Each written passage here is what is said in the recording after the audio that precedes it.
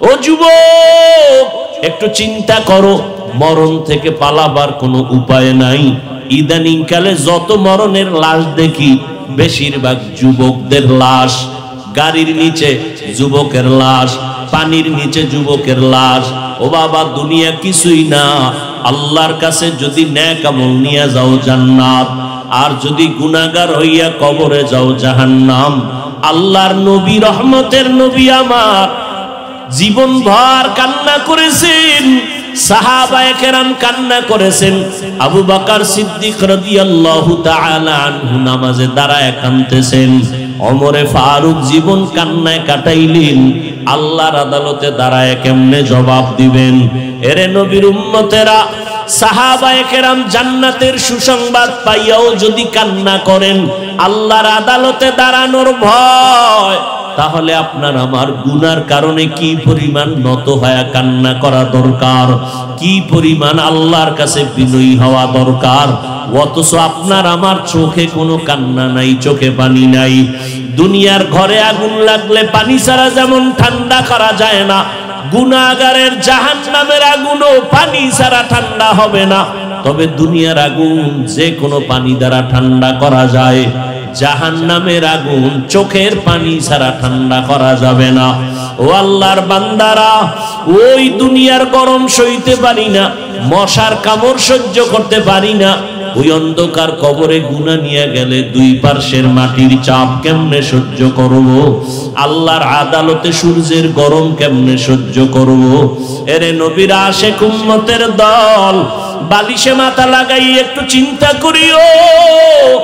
দুনিয়ার সব বুঝলা, সব আদায় করলা, আমার মাওলার জন্য কি করলা রে বান্দা? আমার আল্লাহ তোমার আমারে যা প্রয়োজন সব কিছু দিলেন, সম্মান দিলেন, রিজিক দিলেন সব। ওই অনুযায়ী তুমি মাওলার জন্য কি অর্জন করলাম? আল্লাহর আদালতে কি নিয়ে দাঁড়াবো রে আল্লাহর গোলাম? এখন থেকে তওবা করে নাও।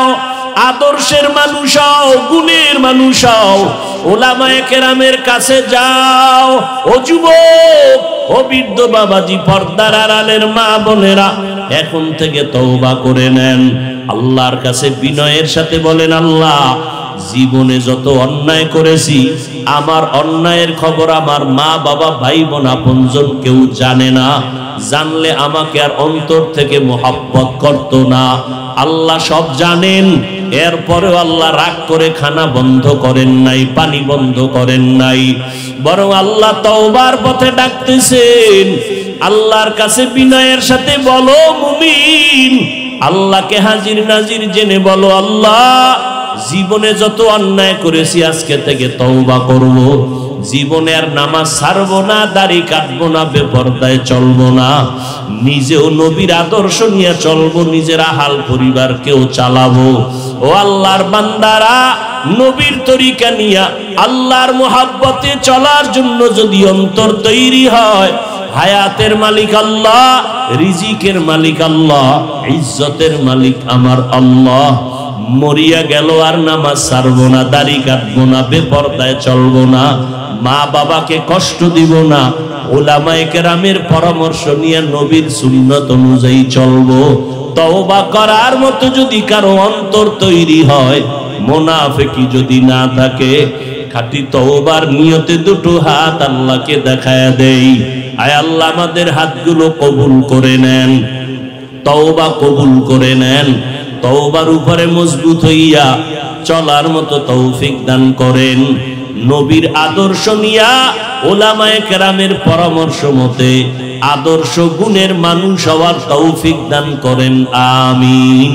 আলহামদুলিল্লাহি রাব্বিল আলামিন, ওয়াসসালাতু ওয়াসসালামু আলা সাইয়্যিদিল আম্বিয়া ওয়াল মুরসালিন ওয়া আলা আলিহি ওয়া আসহাবিহি আজমাইন।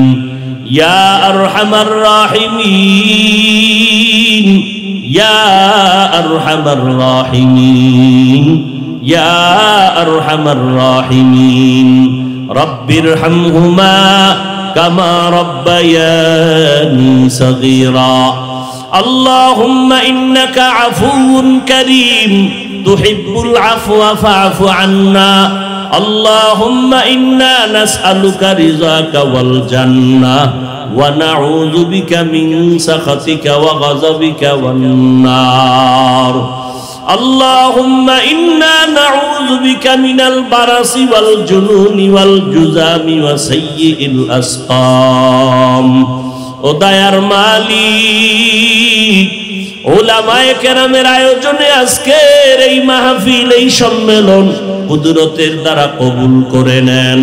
আয় আল্লাহ, উলামায়ে কেরাম কথা বলেছেন, কবুল করে নেন। আয় আল্লাহ, যাদের আয়োজনে সহযোগিতায় সম্মেলন হলো তাদেরকে কবুল করে নেন। এলাকায় শান্তি দান করেন আল্লাহ।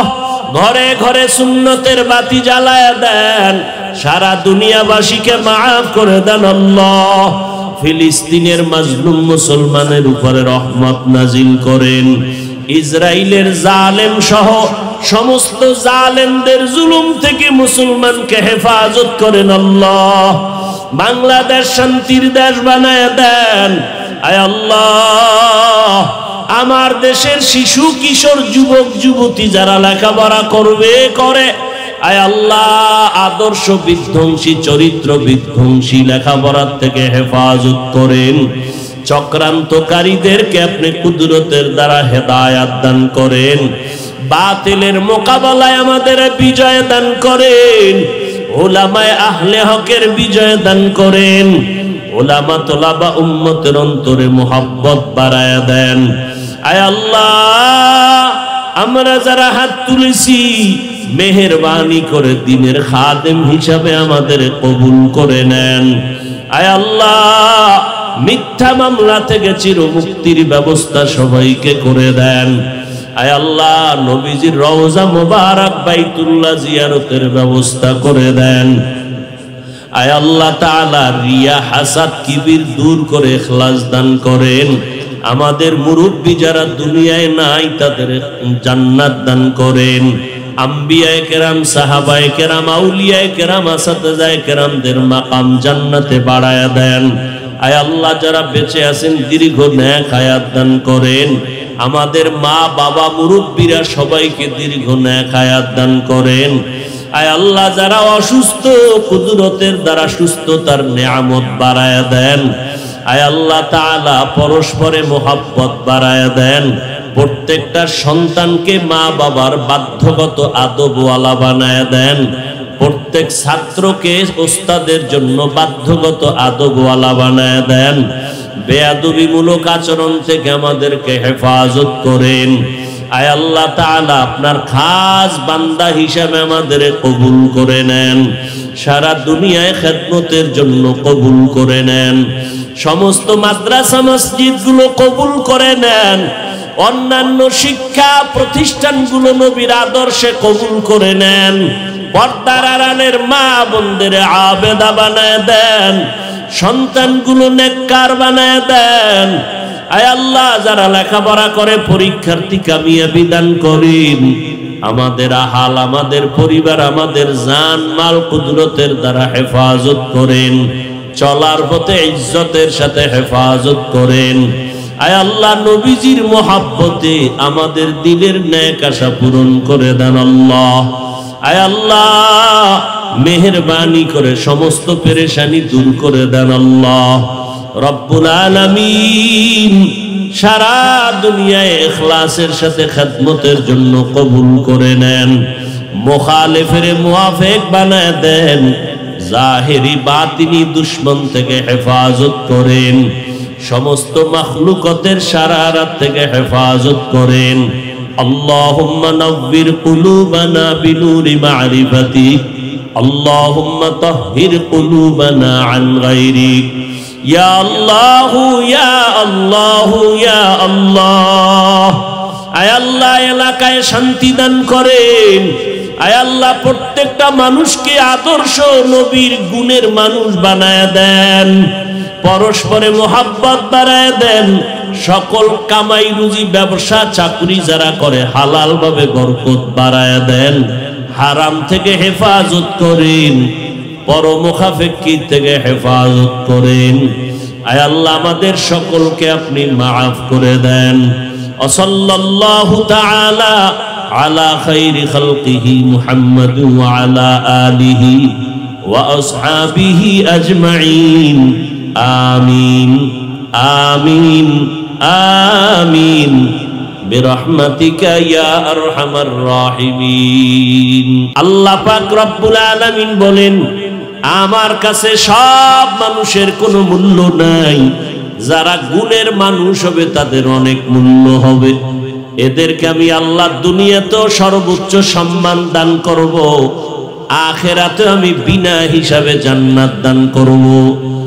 একমাত্র গুণের মানুষ, এই জমিনে বহু মানুষ আছে বংশগত মানুষ, আদম নবীর বংশে জন্ম হয়েছে তো বংশগত মানুষ, আল্লাহর কাছে বংশগত মানুষের মূল্য নাই, একমাত্র গুণগত মানুষ যারা তাদের মূল্য।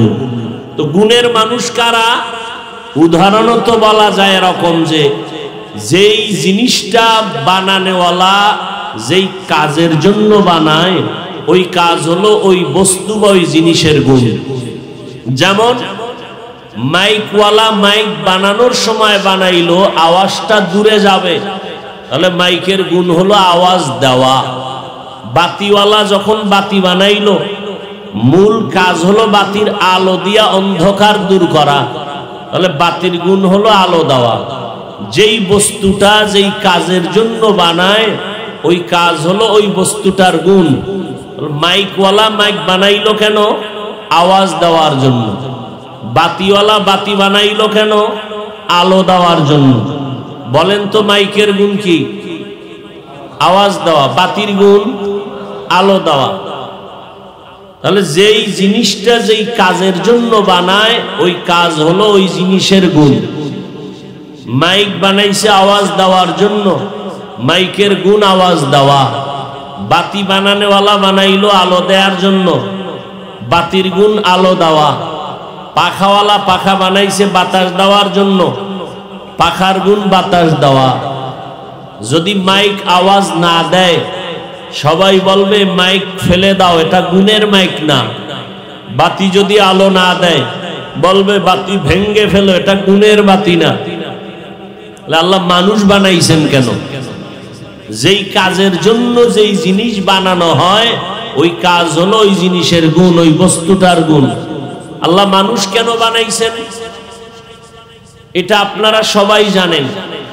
আল্লাহ কোরআনেও বলেছেন ওয়ামা খালাকতুল জিন্না ওয়াল ইনসা ইল্লা লিয়াবুদুন। আল্লাহ বলেন আমি মানুষ ও জিন বানানোর একমাত্র কারণ ইবাদত। মানুষ বানাইছেন কেন?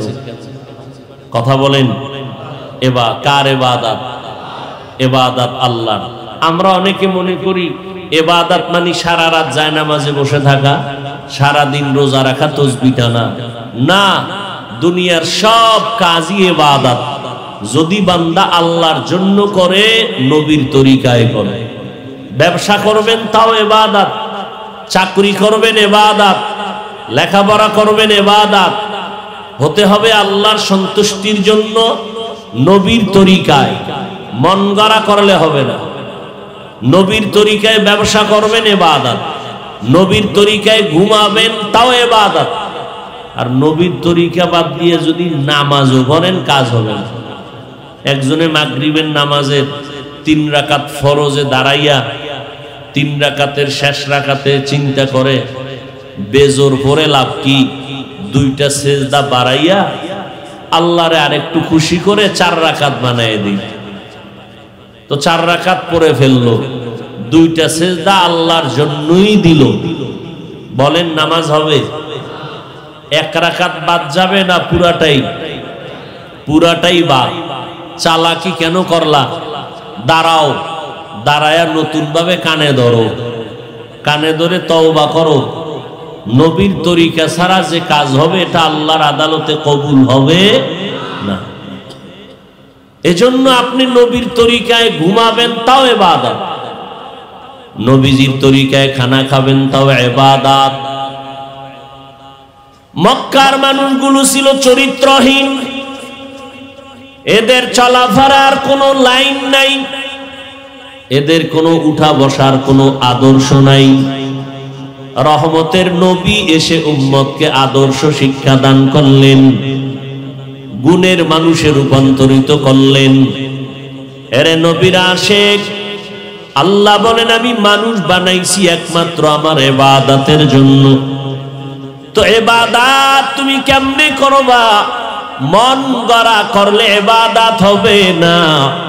ইবাদত করার জন্য তোমার তরিকা লাগবে, নিয়ম লাগবে।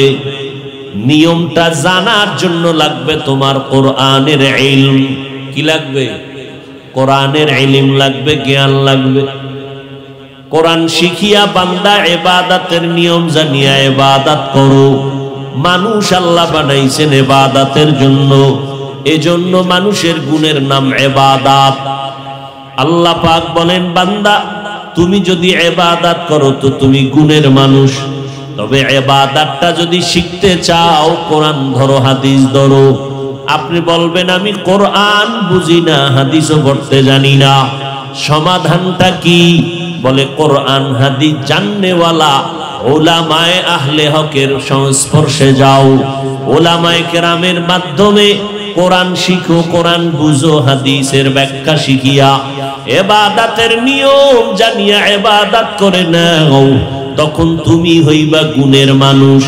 আল্লাহ এই দিকে ইঙ্গিত করার জন্য বলেন আর রহমান আল্লামাল কুরআন খালাকাল ইনসান। রহমান হলেন তিনি, কোরআন শিক্ষা দিলেন যিনি। রহমান হলেন তিনি, মানুষ বানাইলেন যিনি। আল্লাহ বলেন আমি আগে মানুষ বানাই নাই, আমি আগে কোরআন শিখাইয়া তারপরে মানুষ বানাইছি। অর্থাৎ যারা কোরআন শিখিয়া ইবাদতের নিয়ম জানিয়া ইবাদত করবে তারা গুণের মানুষ। যারা গুণের মানুষ হবে তাদের জন্য আমি আল্লাহ স্থায়ী ঠিকানা বানায় রাখলাম বিনা হিসাবে জান্নাত।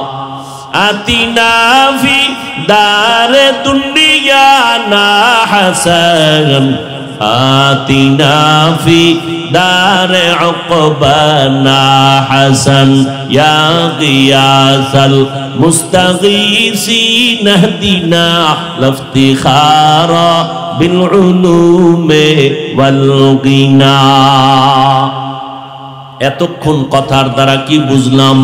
আল্লাহর কাছে একমাত্র গুণের মানুষরাই নাজাত পাবে। গুণের মানুষ কেমনে হবে? বলে আল্লাহর ইবাদতের মাধ্যমে। ইবাদত করার নিয়ম জানতে হলে কোরআন লাগবে, কোরআন বুঝতে হলে উলামায়ে কেরাম লাগবে। কারণ কিয়ামত পর্যন্ত এই জাতি আর নবী পাবে না। আবু বকর, ওমর, ওসমান, আলী রাদিয়াল্লাহু আনহুম কাউকে পাবে না। ইমাম বুখারীকে আর পাবে না, ইমাম মুসলিম, ইমাম তিরমিজিকে পাবে না, ইমাম আজম আবু হানিফাকেও আর পাওয়া যাবে না। আল্লাহর কসম, কিয়ামত পর্যন্ত এই জাতি যদি গুণের মানুষ হইয়া জান্নাত পেতে চায়, উলামায়ে আহলে হকের সোহবত ছাড়া কোনো পথ নাই। উলামায়ে আহলে হকের পরামর্শ নিয়া আল্লাহর কোরআন শিখবে, এরপরে আল্লাহর ইবাদত করবে, এরাই হবে গুণের মানুষ। আল্লাহ বলেন গুণের মানুষের জন্য আমি বিনা হিসাবে জান্নাত দিব। তাহলে গুণের মানুষ হতে হলে ইবাদত লাগবে, ইবাদত শিখতে হলে কোরআন লাগবে, কোরআন বুঝতে হলে উলামায়ে কেরাম লাগবে। লাগবে না? লাগবে না?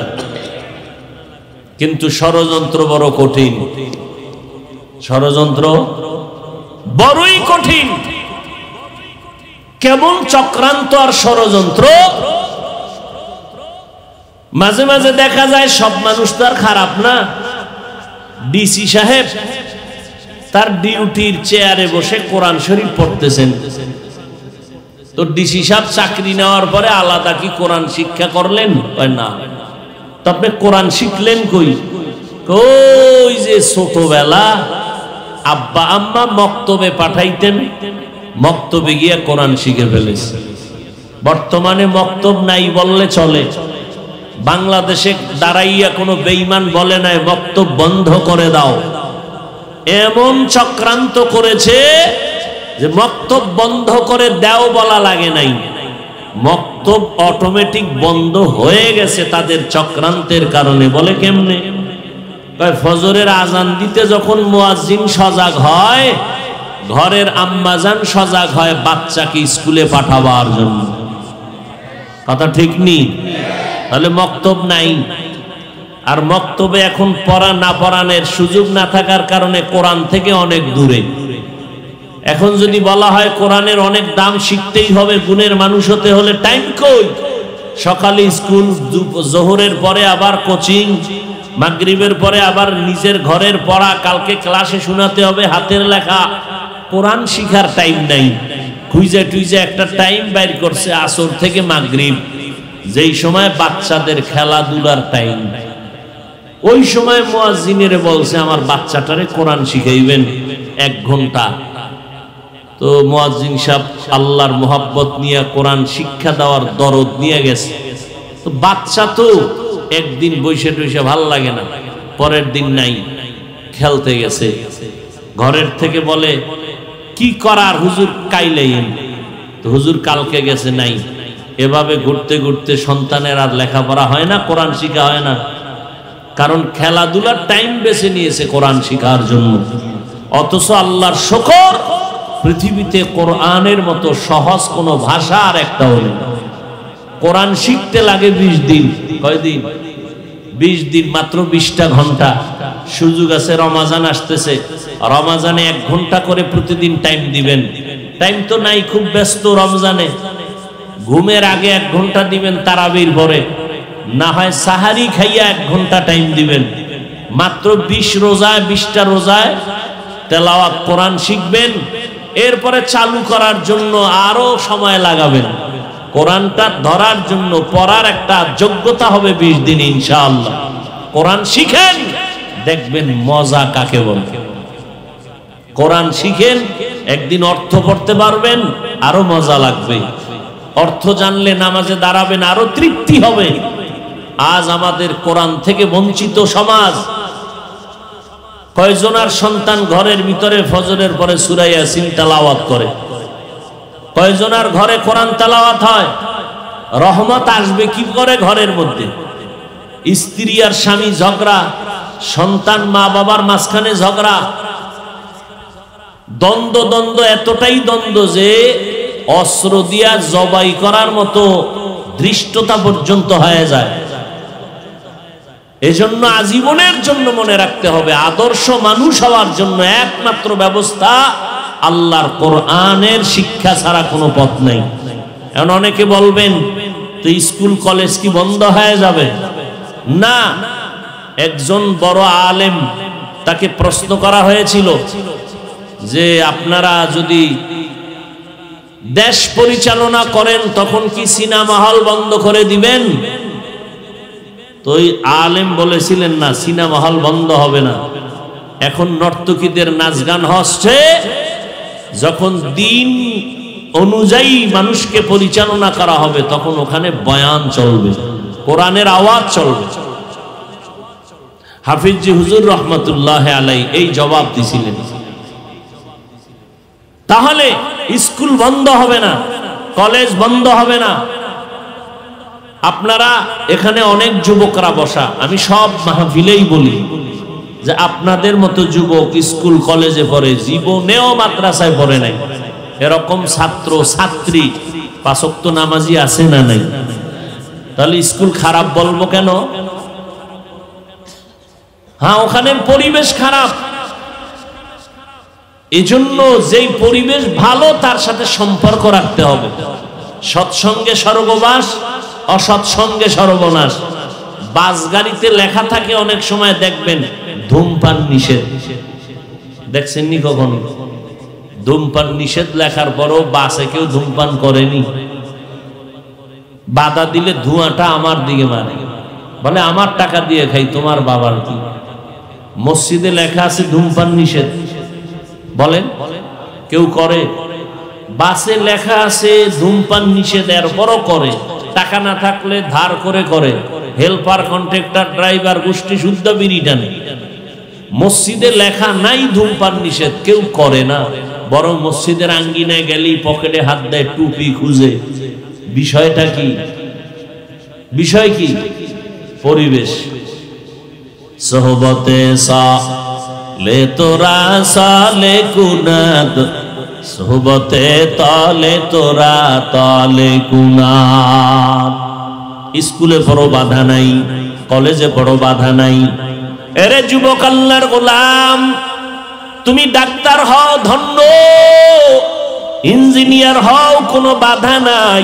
তুমি একজন প্রফেসর হও, তবে গুণের ডাক্তার হইও। তুমি যদি একজন ইঞ্জিনিয়ার হও, গুণের ইঞ্জিনিয়ার হইও। তোমার মতো কত ডাক্তার এই জমিনের মধ্যে আছে। রোগী লাইনে দাঁড়ানো, সিরিয়ালে রোগী দেখে আজান হয়ে গেছে, হঠাৎ বলে নামাজের টাইম, এখন বিরতি, রোগী দেখা যাবে না। ডাক্তার আছে না নেই? তাহলে তাকে খারাপ বলবেন কেন? ডাক্তার হও, গুণের ডাক্তার হও। আর যদি এমন ডাক্তার হও কোরআনের গুণ নাই, মদিনার আদর্শ নাই, এমন ডাক্তার যদি হও তোমার আদর্শ ভালো না, তাহলে এই জমিনে তুমি দাঁড়াইয়া থাকবা দূরের কথা। এই জমিনে যদিও বড়রা নাই, কিন্তু তাদের রুহানি সন্তানরা আছে। বেশ্যা তাসলিমার মতো এই জমিন থেকে পালাতে বাধ্য হতে হবে। ওই ডাক্তার হইও না যেই ডাক্তার অভিশাপ নিয়ে মরতে হবে। ডাক্তার হও, ইঞ্জিনিয়ার হও, গুণের ইঞ্জিনিয়ার, আদর্শের ইঞ্জিনিয়ার হও। কোনো বাধা নাই। তোমার আচরণে যেন কোনো আলেম কষ্ট না পায়। এরে যুবক, তুমি ইঞ্জিনিয়ার হও, তবে তোমার আচরণটা যেন সুন্দর হয়। তোমার আদর্শ দিয়া সমাজের যুবক আদর্শ শিখবে। তোমার মধ্যে এমন আদর্শ আছে, এমন গুণ আল্লাহ দান করেছেন, গোটা দুনিয়া তুমি নিয়ন্ত্রণ করতে পারবা। সেই গুণ আল্লাহ তোমাকে দিয়েছেন, কিন্তু আজকে তুমি তা সব নষ্ট করে ফেলতেছো। এক মহামারী বান্দা তোমার হাতে গজবের মোবাইল, সারাটা রাত দরওয়াজা জানালা বন্ধ করে তুমি মোবাইল দিয়া কবিরা গুনাহ করে রাত কাটাও, যে কারণে তোমার একদিকে শরীর নষ্ট, অন্যদিকে চরিত্র নষ্ট। এই চরিত্র ধ্বংসের থেকে বাঁচার একমাত্র পথ হলো উলামায়ে আহলে হকের সোহবতে যাও, কোরআনের ছোঁয়া লাগাও। ওই ঢাকা কলেজে গিয়া দেখো, অনেক ছাত্র আছে মাথায় পাগড়ি লাগানো, টুপি লাগানো, লম্বা জামা পরা, মনে হয় যেন বাইতুল মুকাররমের খতিব, জীবনে মাদ্রাসার বারান্দায় যায় নাই। এমনটা কেন? বলে আমরা কোরআনওয়ালা উলামায়ে কেরামের সোহবতের সাথে লাইন লাগায়া চলতেছি। এ কারণে আমি কলেজে পড়িয়াও নামাজ ছাড়ি না, আমি কলেজে পড়িয়াও পাগড়ি ছাড়ি না, আমি কলেজে লেখাপড়া করলে আমি বেপরদায় চলি না, আমি ইচ্ছা করে কোনো গালি আমার জবানে দেই না, আমি ইচ্ছা করে আলেমের বিরুদ্ধে কোনো কথা বলি না। এরে নবীর উম্মতের দল, যেখানেই থাকো আদর্শ শিক্ষা গ্রহণ করো, আল্লাহর কোরআনের সাথে লাইন লাগাইয়া, উলামায়ে কেরামদের সোহবত নিয়া, এরপরে তোমার আদর্শটা সুন্দর করে নাও। আর এদিকে আগাইতে হলে আর একটা পুঁজি তোমার লাগবে, তোমার মোহাব্বতের মা বাবার নেক দোয়া লাগবে। মা বাবার দোয়া ছাড়া আল্লাহর কসম এই চেয়ারে বসা সম্ভব না। মা বাবার দোয়া আর চোখের পানির কারণে তুমি আজ টাকার মালিক, পরীক্ষায় ভালো নাম্বার পেয়েছো মা বাবার দোয়া কান্নার কারণে, মা বাবার দোয়া আর কান্নার বদৌলতে আজ তুমি সম্মানের মালিক। ওই মা বাবার বরদোয়া নিবা না, ওই মা বাবার দোয়া নিয়ে সামনে আগাও, উলামায়ে কেরামের পরামর্শ নিয়ে চলো। স্কুলে পড়ো, কলেজে পড়ো, বাধা নাই। এক সময় তুমি এমন সম্মানের সাথে চলবা, মরিয়াও যদি যাও এই জাতি তোমার নামে সুনামের ইতিহাস লিখবে, কলিজা দিয়া দোয়া করবে। স্কুল কলেজে পড়িয়া হলে কি হবে? ডাক্তার হলো, তার আদর্শ ভালো ছিল, মোহাব্বত করত, উলামায়ে কেরামদের সাথে সম্পর্ক ছিল, এর বিনিময় আল্লাহ জান্নাতের ফয়সালা করে দিবেন। গুণের মানুষ হওয়ার জন্য কোরআন, কোরআন শিখার জন্য লাগবে উলামায়ে আহলে হক। এই যে আপনারা এখানে বসছেন, অনেকে নামাজের ধারেও যান না, কিন্তু আল্লাহর দিয়ে তাকায় একটু বলবেন, এখানে যারা আপনারা বয়ান শুনতেছেন, বয়ানের মাধ্যমে একটু হলেও কি আপনার অন্তরের মধ্যে দাগ লাগে নাই, একটু দাগ কাটে নাই, একটু ভয় অন্তরে আসছে কি আসে নাই? কথা বলেন সবাই। তাহলে 1 ঘন্টা 2 ঘন্টা আলেমদের সামনে বসলে যদি একটু দাগ লাগে, অন্তরে ধাক্কা লাগে, তাহলে যেই বান্দা ওলামায়ে আহলে হকদের সোহবতে বছর বছর সময় কাটাবে, সে তো আল্লাহর আউলিয়ারা কারে উকবা ইখতিয়ার, জাহেলারা কারে দুনিয়া ইখতিয়ার। এরে নবীর আশিক উম্মতের দল, ভালো করে বুঝো রে যুবক, ও বৃদ্ধ বাবাজি, ও পর্দার আড়ালের আম্মা জান, আপনাদের সন্তানদেরকে আদর্শ ডাক্তার বানায় যাবেন। আপনারা এত সম্মানিত, আল্লাহ এত মর্যাদা মা আপনাদেরকে দান করেছেন। আপনারা নবী না, নবীদের মায়ের মতো আপনাদের সম্মান। এরে পর্দার আড়ালের আম্মা জানেরা, সাহাবায়ে কেরামদের মায়ের মতো আপনারা মা। খাদিজা রাদিয়াল্লাহু তাআলা আনহার মতো নারী, ফাতেমা রাদিয়াল্লাহু আনহার মতো নারী, আয়েশা রাদিয়াল্লাহু আনহার মতো দামি নারী। এরে আম্মা জান, আপনাদের এত মর্যাদা। ইসমাঈল নবীর মা হাজেরা আলাইহা সালামের মতো দামি নারী।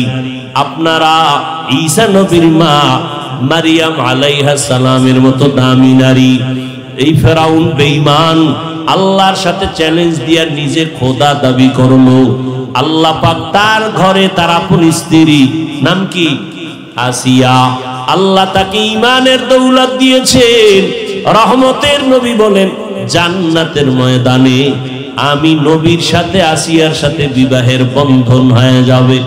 এরে পর্দার আড়ালের আম্মা জান, এই যত বয়ান আপনার সন্তানদের শুনাইলাম, এগুলো যদি বাস্তবায়ন করতে হয়, মা আপনাদের অবদান ছাড়া হবে না, আপনাদের দোয়া ছাড়া হবে না।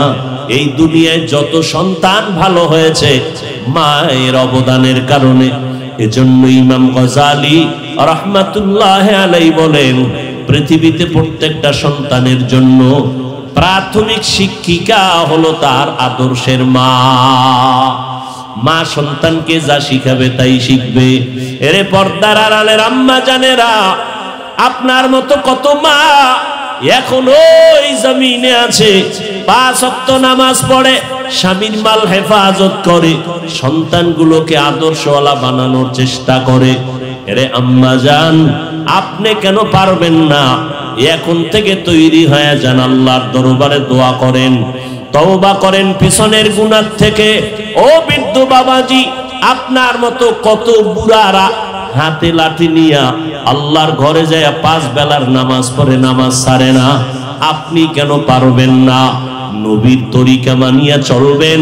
আমরা যারা নবীর আদর্শ নিয়ে চলি, কই আমাদের তো সম্মান কমে নাই, না খাইয়াও মরে যাই নাই। এই যে মহামারী করোনা গেল, এত বিপদ, স্কুল বন্ধ, কলেজ বন্ধ, ব্যবসা চাকরি বন্ধ। আল্লাহর হাজার শুকর, একটা কোরআনের মাদ্রাসাও বন্ধ হয় নাই। আল্লাহ চোখের সামনে দেখাইতেছেন আল্লাহর কোরআন কত দামি। আল্লাহ পাকের কোরআন যার সাথে আছে ওই বান্দাও দামি। আল্লাহ তার সম্মান দুনিয়াতেও দিয়েছেন, আখিরাতেও দিবেন, কোনো সন্দেহ নাই। আপনারাও 3 বেলা খান, আমরাও তো 3 বেলাই খাই, বরং আপনাদের থেকে ভালো খাই, পিওর খাই, সম্মান তো মোটেও কমে নাই। অতএব আমি বলবো, স্কুলে পড়েন, কলেজে পড়েন, চাকরি করেন, ব্যবসা করেন, নবীর আদর্শ নিয়ে চলবেন। আপনারাও পানি পান করেন, আমরাও পানি পান করি, ব্যবধানটা একটু পাল্টাইবেন। আপনি পানি পান করেন বাম হাতে, আমরা করি ডান হাতে।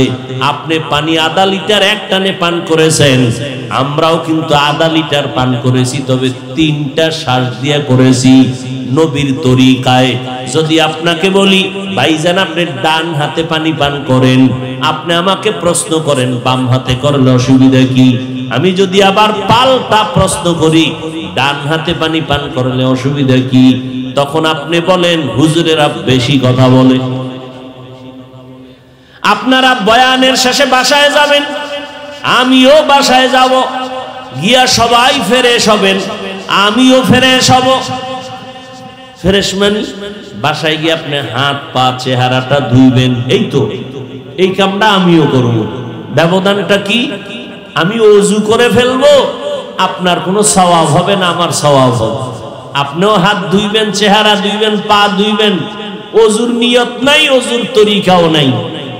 তাহলে সব করতেছেন ঠিকই, সিস্টেমের কারণে গুনাহ হচ্ছে। খানা খান আপনিও আমি খাই, খানার আগে নবীর তরিকায় আমরা বসি, নবীর তরিকায় দোয়া পড়ি, বিসমিল্লাহ পড়ি। বাসায় আপনিও ঢুকবেন, আমরাও ঢুকবো।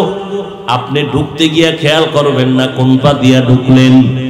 আমি নবীর তরিকায় ডান পা দিয়া ঢুকবো, নবীর তরিকায় জোরে সালাম দিব, নবীর তরিকায় বিসমিল্লাহ পড়ব। আমার ঘরটা বরকতের ঘর হয়ে যাবে। আল্লাহর নবীর তরিকা মতো ঢুকো, ঘরে ডান পা দিয়া ঢুকো, জোরে সালাম দাও। ওই সালামের বরকতে ফেরেশতা থাকুক, জিন থাকুক, মানুষ থাকুক, সবাই শান্তির বাতাস পাবে, জবাব আসবে। আর দূষিত কিছু যদি থাকে, সালামের বরকতে ওই বাড়িটা আল্লাহ হেফাজত করবে। খানা আপনিও খান, আমিও খাই, আপনিও ঘুমান, আমিও ঘুমাই, সব এক, সিস্টেম আলাদা। আপনার ডান কাত বাম কাত নাই, আমরা ওযু করে ঘুমাই, ডান কাতে ঘুমাবার চেষ্টা করি। আবার আপনি সকালে উঠেন, আমিও তো ঘুমের থেকে সকালে উঠি। হয়তো আপনি 2 ঘন্টা পরে উঠেন, আমি 2 ঘন্টা আগে উঠি। ফজরের নামাজটা পড়েছি, আপনি নামাজ পড়েন নাই, না পড়লে কি হবে? আমার থেকে বেশি ঘুমাইতে পারেন নাই। এক তো আপনার এমন রোগে মাওলায় আটকায় দিছে, যতই ঘুমাইতে চাও ডাক্তার কয় সকালবেলা হাঁটতে হবে, না হয় তোমার মরণ ছাড়া উপায় নেই। কিছু কপাল পোড়া ডাক্তারের কথা মেনে সকালবেলা শীতের মধ্যে রাস্তায় হাঁটে, এতটাই নিমক হারাম, আল্লাহর ঘর মসজিদে গিয়া 4 রাকাত ফজর পড়ে না। ওই টাইমে দৌড়ায় রাস্তায়, নামাজ পড়ে না। এরে আল্লাহর বান্দা, ও যুবক, তোমার মতো যুবক রাস্তায় গাড়ি চালায়, নামাজ ছাড়ে না, তুমি কেন পারবা না?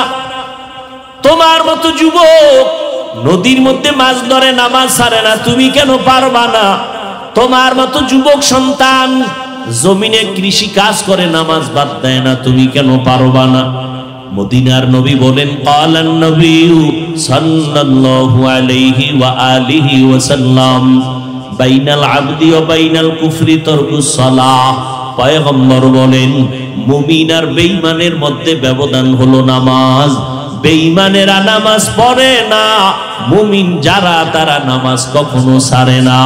ও যুবক বাবারা, আজকে তোমার মতো যুবক হইয়া যদি নামাজ পড়ে, তুমি কেন পারবা না? তোমার ঘুমে কোনো ডিস্টার্ব হবে না। নবীর তরিকা মানতে গেলে ব্যবসাও ছাড়তে হবে না, নবীর আদর্শ মানতে গেলে চাকরিও যাবে না, নবীর তরিকা মানতে গেলে লেখাপড়া বন্ধ হবে না। আল্লাহর কাছে তওবা করে নিও রে যুবক। আজকে আমিও তো তোমার মতো যদি চাইতাম প্যান্ট শার্ট টাই লাগায় চলতাম, কেউ আমারে বাধা দিত না। এই টুপির কারণে মাথা গরম হয়, তোমার থেকে কম বুঝি না। দাড়ি রাখার কারণে যৌবনের ভাব চলে যায়, কম বুঝি না। লম্বা জামা পরার কারণে শরীরটা আটকা লাগে, তাও কম বুঝি না। এই শীতের মধ্যে ফজরের সময় ঠান্ডা পানি দিয়ে ওযু করে নামাজ পড়া কষ্ট, তারপরও নামাজ ছাড়ি না। ও আল্লাহর বান্দারা, আজকে তোমার মতো যদি আমি দাড়ি কাইটা রাস্তায় ঘুরি, কেউ বাধা দিত না। এরপর এই টুপির কারণে, দাড়ির কারণে কত গালাগালি শুনি। কওমি মাদ্রাসায় লেখাপড়া করলাম, কত বিরোধিতা। তোমরাই আমাদের কম গালাগালি করো না, বিরোধিতা করো না। এগুলো জানি শুনি, তারপরও কেন এই পথ থেকে পিছনে যাই না? এর একমাত্র কারণ আল্লাহর কোরআন সত্য, নবীর কথা সত্য। একটা কথা নবী মিথ্যা বলেন নাই, আল্লাহর কোরআনের মধ্যে একটা কথা মিথ্যা নাই। ও আল্লাহর বান্দারা, ওই কোরআনে জান্নাতেরও বয়ান আছে, জাহান্নামেরও বয়ান আছে। জান্নাতে কারা যাবে, জাহান্নামে কারা যাবে, আল্লাহ তাও বলেছেন। ইন্নাল আবরারা লাফি নাঈম ওয়া ইন্নাল ফুজ্জারা লাফি জাহিম। নেক আমল যারা করবে তারা জান্নাতের পথিক, যারা গুনাহ করবে তারা জাহান্নামের পথিক। জান্নাতটা কেমন আরামের ঘর আল্লাহ তাও বয়ান করেছেন, জাহান্নামের আগুন কেমন ভয়ঙ্কর তাও আল্লাহ বয়ান করেছেন।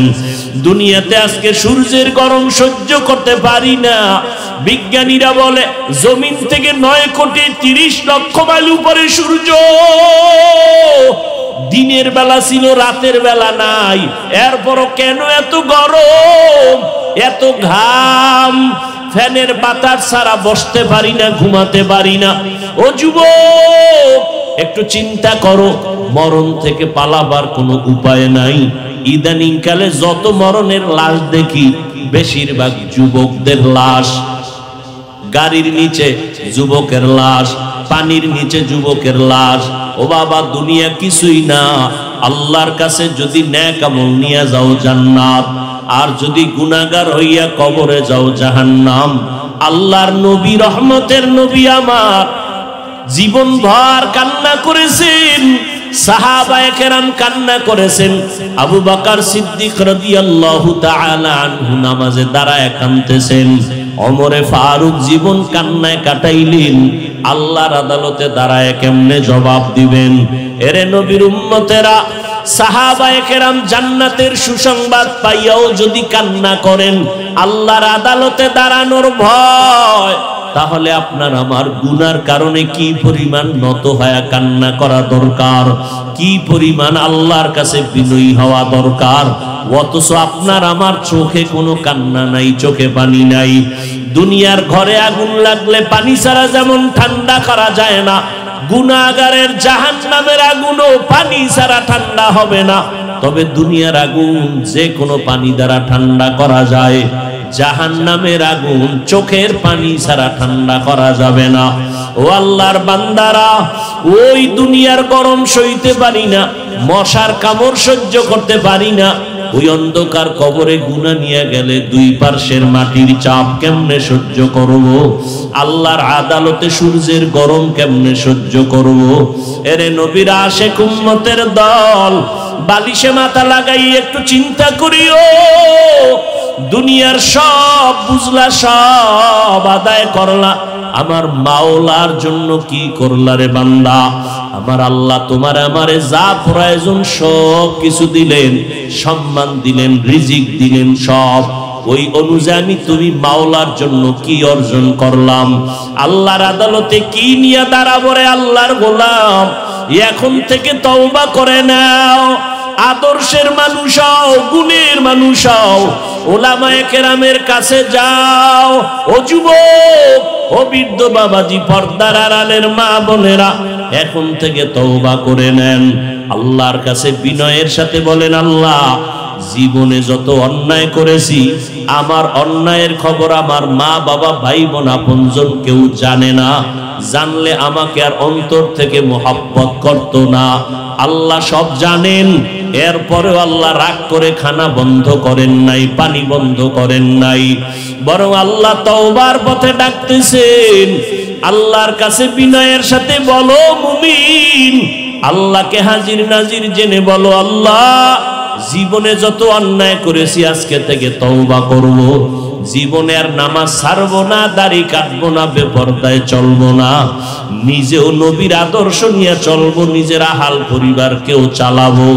ও আল্লাহর বান্দারা, নবীর তরিকা নিয়া আল্লাহর মুহাব্বতে চলার জন্য যদি অন্তর তৈরি হয়, হায়াতের মালিক আল্লাহ, রিজিকের মালিক আল্লাহ, ইজ্জতের মালিক আমার আল্লাহ। মরিয়া গেল আর নামাজ ছাড়বো না, দাড়ি কাটবো না, বেপরদায় চলবো না, মা বাবাকে কষ্ট দিব না, উলামায়ে কেরামের পরামর্শ নিয়ে নবীর সুন্নাত অনুযায়ী চলবো। তওবা করার মতো যদি কারো অন্তর তৈরি হয়, মুনাফিকি যদি না থাকে, খাঁটি তওবার নিয়তে দুটো হাত আল্লাহকে দেখায়া দেই। আয় আল্লাহ আমাদের হাতগুলো কবুল করে নেন, তওবা কবুল করে নেন, তওবার উপরে মজবুত হইয়া চলার মতো তৌফিক দান করেন। নবীর আদর্শ নিয়া উলামায়ে কেরামের পরামর্শ মতে আদর্শ গুণের মানুষ হওয়ার তৌফিক দান করেন। আমিন।